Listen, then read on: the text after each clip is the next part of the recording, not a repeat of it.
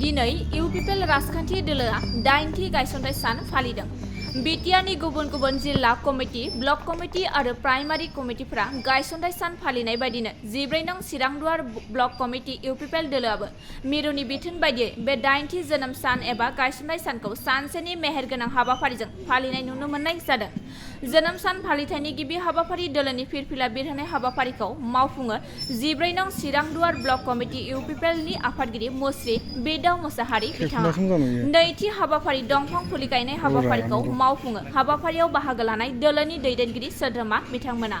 आरो थामथि हाबाफारि बिटिआर सरकारनि माइनाव सोरां बिथांखिनि गेजेरजों सेल्फ हेल्प ग्रुपफोरनो 25,000 रांनि चेक राननाय हाबाफारिखौ मावफुंनानै होयो हाबाफारिनि गाहाय आलासि MCLA मुस्रि जयन्त बसुमतारी बिथाङा।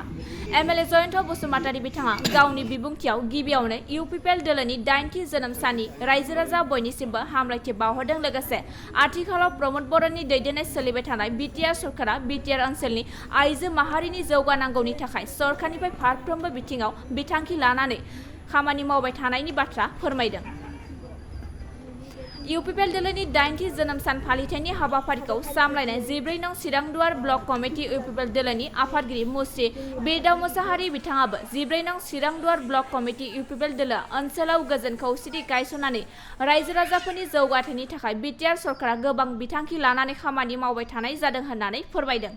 जोनोम सान फालिनाय हाबाफारियाव माननि आलासि महरै बिटिसिनि बारग' MCLA निर्मल कुमार नार्जारिजों लोगोसे इउपिपिएल दोलोनि गोबां दैदेनगिरि सोद्रोमाफोरखौ बाहागो लानाय नुनो मोननाय जायो। गिबियावनो इउपिपिएल दोलोनि 8थि गायसनथाय सान बे सानाव आङो गासैबो इउपिपिएलनि आफादगिरि प्रमद बर'निफ्राय लानानै इउबि ब्रह्म रोंग्रा नार्जारिनिफ्राय लानानै गासैबो मिरुनि जिल्लानि ब्लकनि आरो प्राइमारिनि दैदेनगिरिफोरनिसिम आंनि गोसो गोरबोनि गोजोन हामलायनाय बावहरदों आरो मिजिं खालामदों जे जोंनि इउपिपिएल जे दोलो बे दोलोआ फैबाय थानाय गोलाव सम रायजो राजानि मोजांनि थाखाय रायजो राजानि जौगानायनि थाखाय हाबाफारि मावलांबाय थानो हाथों आं बेखौ आर'ज गाबग्रोदों।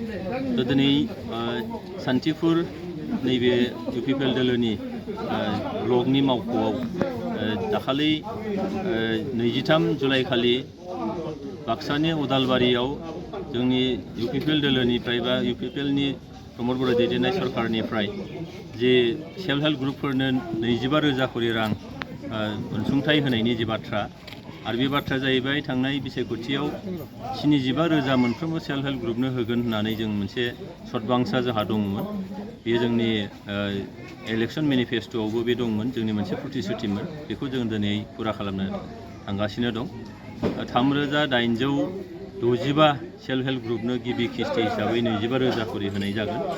बेयाव दिनैहाय 14 नं चिरांदुवार ब्लकनि सिङाव थानाय गासै 19टा सेल्फ हेल्प ग्रुपनो चेक राननाय हाबाफारिखौ खालामनाय जादों आरो बिनि उनाव सेकेन्ड किस्ति जों होगोन 25,000 बिनि उनाव आरोबाव होबावगोन थार्ड किस्ति 25,000 बेबायदियै 75,000खौ माने फुरायै होनाय जागोन। दा 3,865 सेल्फ हेल्प ग्रुपखौ सेलेक्ट खालामदों माने फार्स्ट फेजआव सेकेन्ड फेजआव थालांनाय माखासेफोरखौ आरोबाव सेलेक्ट खालामबावनाय जागोन आरो बेबायदिनो मोनफ्रोमबो सेल्फ हेल्प ग्रुपनो जोंनि बिसायख'थियाव होनाय सदबांसा बादियै जोङो 75,000 रांखौ जों होलांनो थाखाय थांखि लादों आरो बेजों जिहेथु माइनाव सोरां बिथांखि होननाय जादों बेखौ जोंनि आइजोफ्रा जोंनि माइनाव एबा लोक्षि एबा धोनखौ बिथांमोनहा मोजाङै हमथानानै दोननो हायो। सासे आइजोआ मोजां जुदि बियो न'खरखौ सामलायो थाखा फैसानिफ्राय लानानै न'खरनि फिसा फिसौनो गियान आखल आखु होनायाव बे जुदि गावनो जुदि मोजांखाबा न'खरा निस्सय सोदोमस्रि गोनां आखल गोनां गियान गोनां जायो।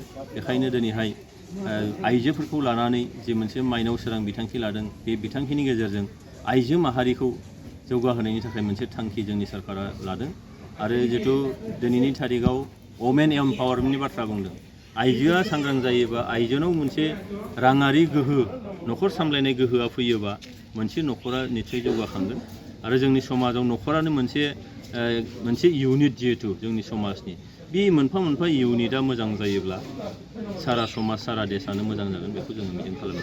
सार बे नोंथांमोना रांनि अनसुंथाइ होदों बिथांमोनखौ बे रांखौ माबायदि इउज खालामदों नोंथांमोन? बे इउज खालामनाया बिथांमोननि सायाव आरो बिनि मोनसे गाइडलाइन दङ मानोना सेकेन्ड किस्तियाव बिथांमोना आरोबाव 25,000 रां मोननांगौ दङ बे 25,000 रां मोनबावनांगौखौ दा जे 25,000 रां बिथांमोननो अनसुंथाइ होनाय जादों बेखौ माबायदि बाहायगोन बिनि जमा खरसखौ बिथांमोना मोजाङै दिन्थिनो हायोब्ला फोथायथाव रोखोमै मोनसे बाहायदों होननानै दिन्थिनो हानाय लोगो लोगोसो बिथांमोना उननि माखासे किस्तिखौ मोनहैगोन। बेनिखायनो मिजिं खालामदों रावबो सेल्फ हेल्प ग्रुपआ बे गाइडलाइननि एगेन्स्टआव निस्सय थांनाय नङा। मानोना उनाव आरोबाव बिथांमोना 50,000 रां मोनबावनांगौ दं। बे 50,000 रांखौ मोननानै बिथांमोना गावसिनि सेल्फ हेल्प ग्रुपखौ मानोना गावखौनो गाव मदद खालामनाय होननानै बुंखानाय जादों। बे गावखौनो गाव मदद खालामनो हागोन, गावनि आथिङाव गसंथानो हागोन होननानै आं फोथायनाय दं।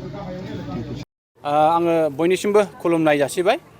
दिनैहाय 8थि गायसननाय सान जा UPPLनि दिनैहाय जोनोम सान।